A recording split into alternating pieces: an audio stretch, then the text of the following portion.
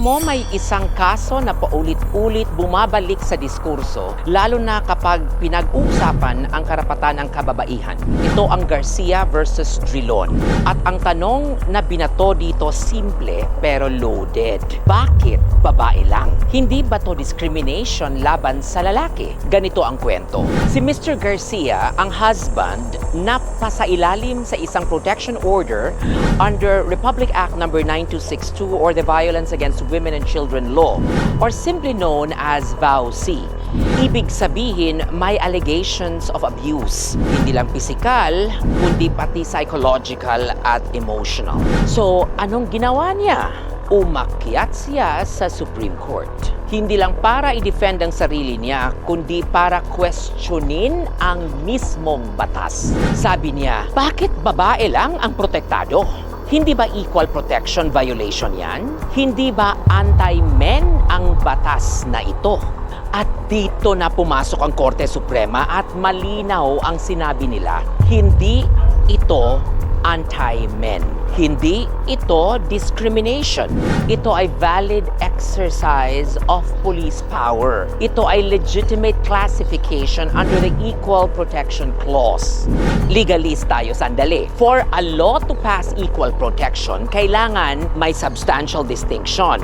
Germane sa purpose ng batas. Hindi arbitrary at applicable sa lahat ng nasa parehong class. At sabi ng korte, women and children are a class by themselves dahil sila ang historically, statistically, socially vulnerable sa domestic violence. In short, hindi sila ginawang special. Kinilala lang sila sa realidad.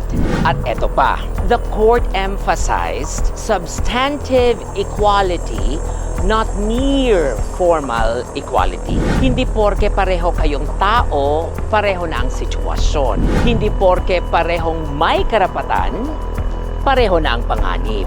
Kaya kung sasabihin mo, paano naman kaming mga lalaki? Ang sagot ng batas, may proteksyon ka rin. Pero ibang batas ang aakma sa'yo. Kasi ang RA 9262, hindi ito tungkol sa kasarian lang. Ito ay tungkol sa pattern ng abuso. At ito ang pinaka-importante. The court recognized that violence is not always visible. Hindi lahat ng abuso may pasa. Hindi lahat ng sugat may dugo.